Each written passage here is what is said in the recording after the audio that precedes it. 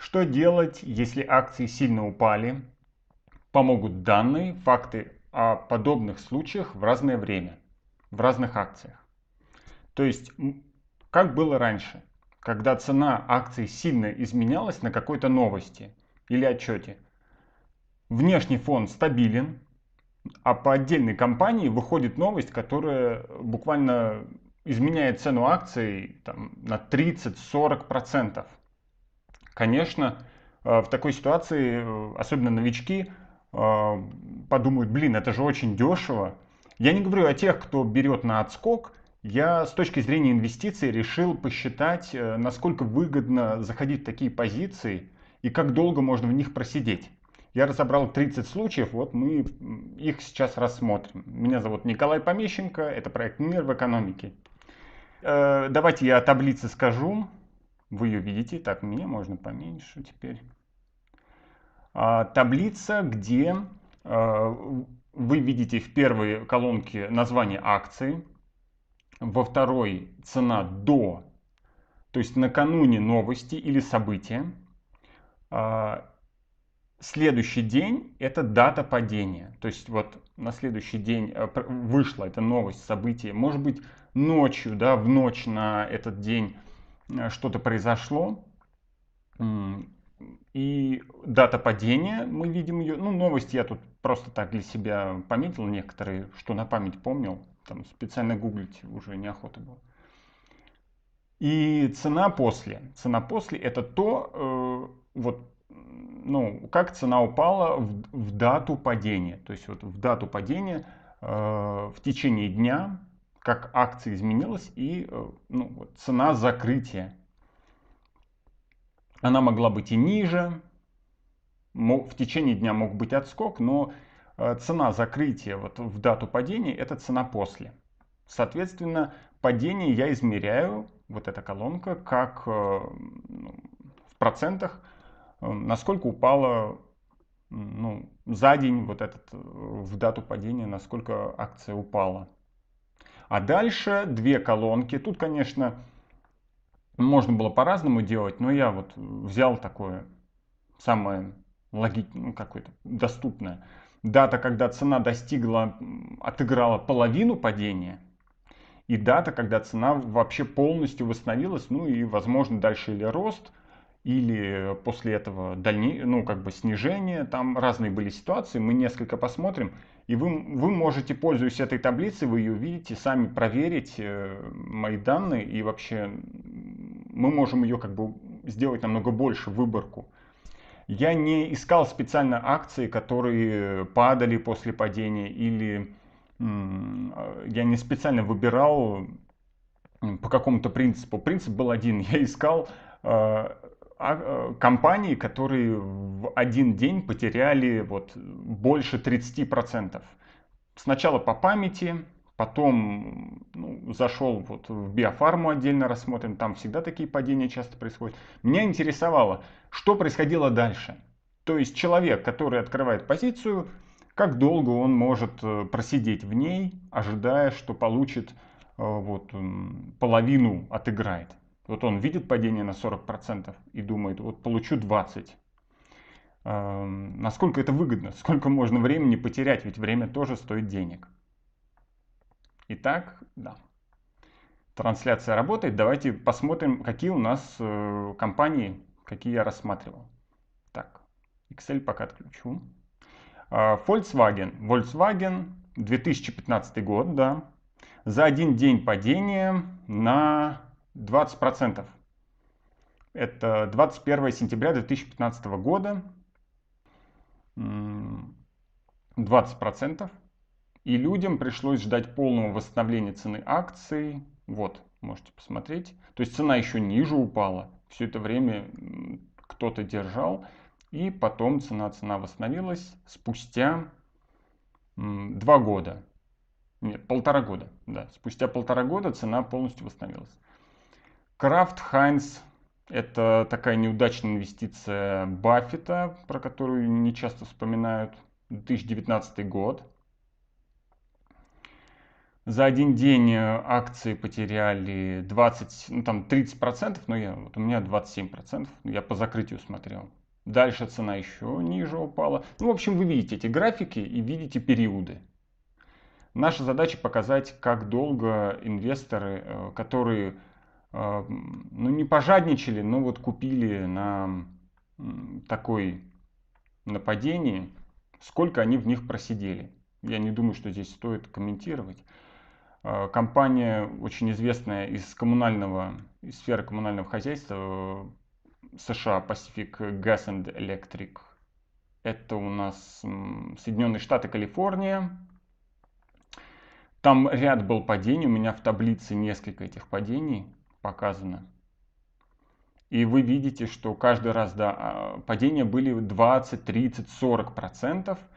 Никаких отскоков значительных не было, что важно отметить. Но все-таки я справедливости ради взял вот в 2019 году, когда произошло сильное падение до $7. Я внес тоже его в таблицу и показал, что цена отыграла довольно быстро, за месяц. За месяц цена вернулась к прежним значениям. А потом было еще одно падение. Вот, по-моему, уже да, в конце 2019 года, и после этого намного дольше инвесторы ждали восстановления. Это была новость о пожарах в Калифорнии, когда начались судебные иски подали к компании PG&E. Еще я взял, в таблице есть еще Air Canada, это 2014 год, тогда падение составило 20%. Через 2 месяца цена вернулась отыграла половину этого падения. Всего лишь, да, уже в апреле, там через 1,5 месяца. И всего за 70 дней цена вернулась к прежним значениям. Вот. То есть в данном случае кому-то повезло, за 70 дней тот, кто купил на 20% ниже, вот на этом падении, Мы сейчас даже оставляем за скобками новости. Нас интересует вот тупо статистика. Тут довольно хорошая выборка, более 30 случаев. Переходим в самый интересный раздел.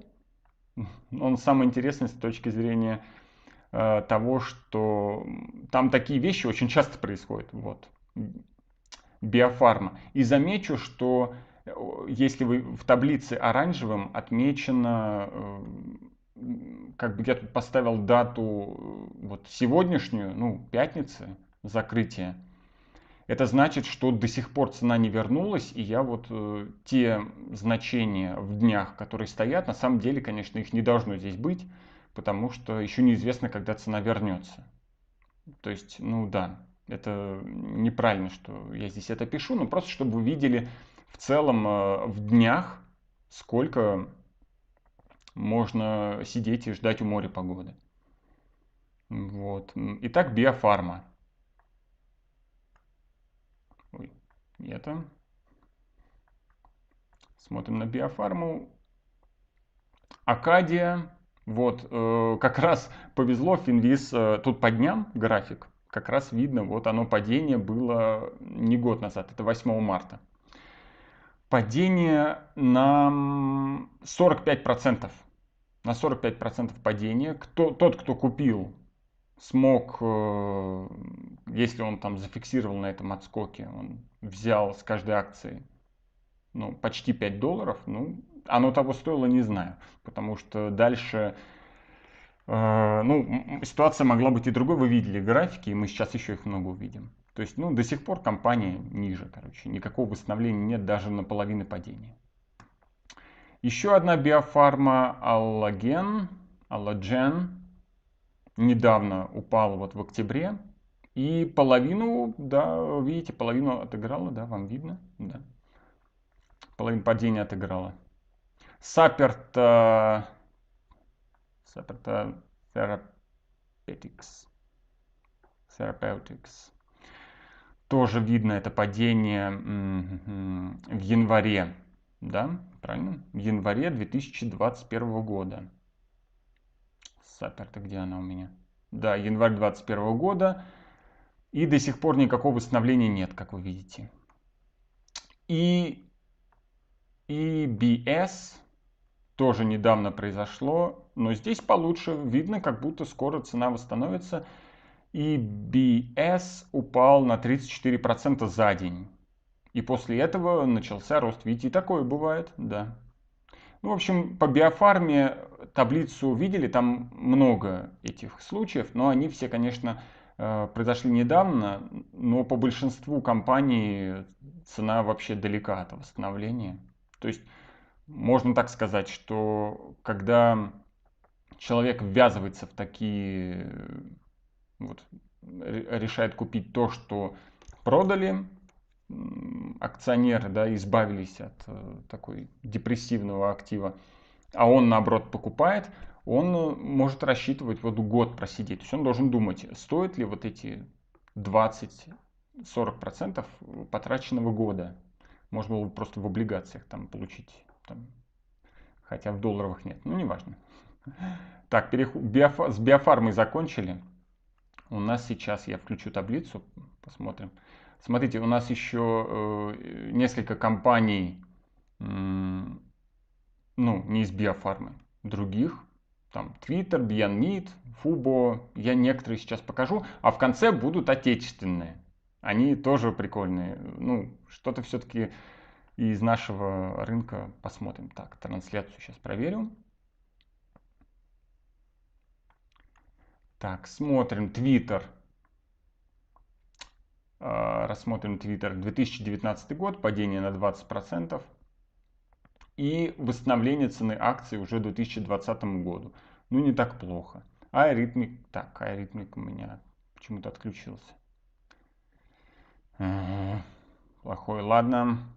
Что мы можем? Не будем тормозить.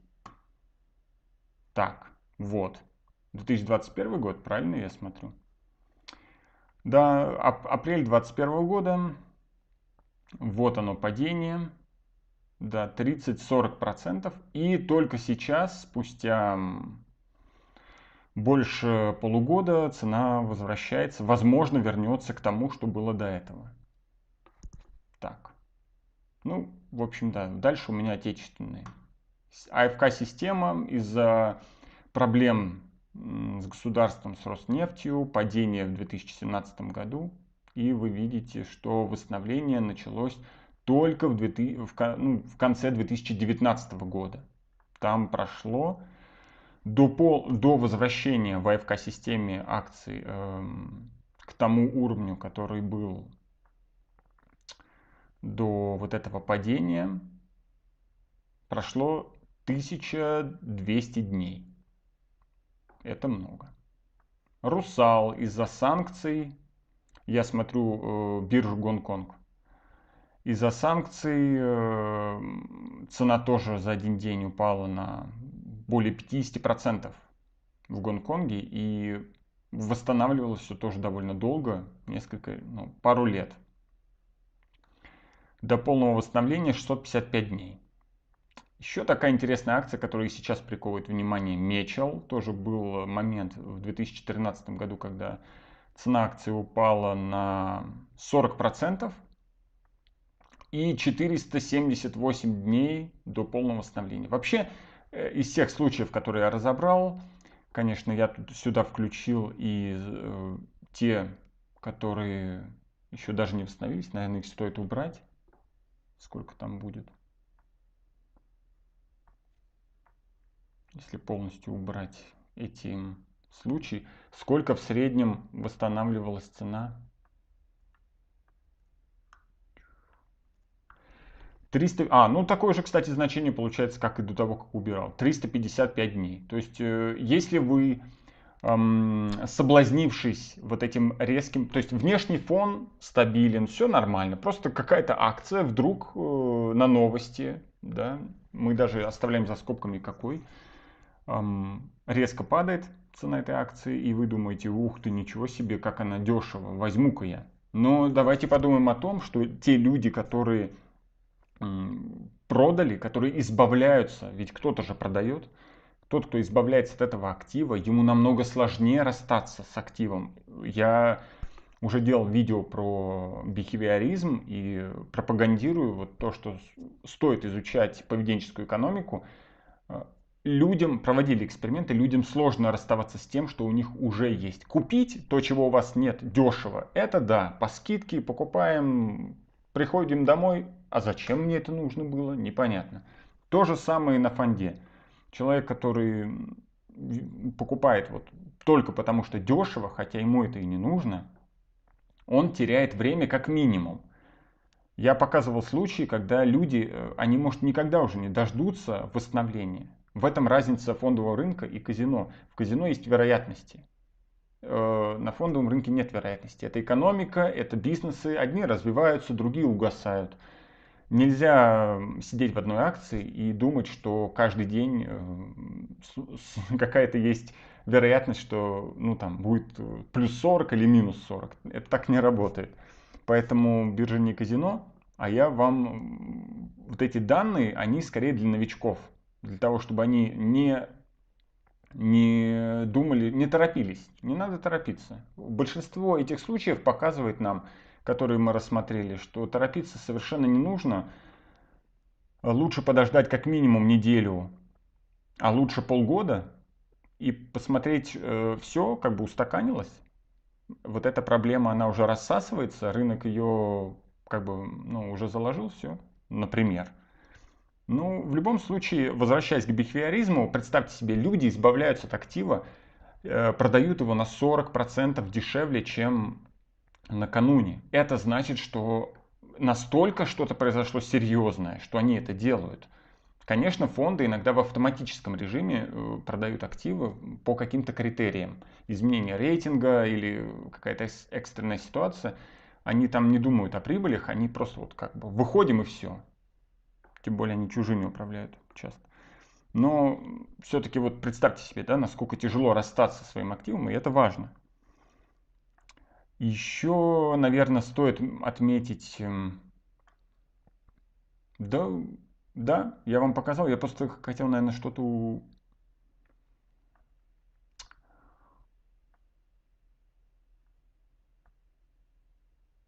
Да, что делать? Что делать, если вы видите, что акция так сильно упала? Я думаю, ничего не делать, стоять в стороне или подумать о том, проанализировать саму новость и, возможно, рынок ее переоценивает.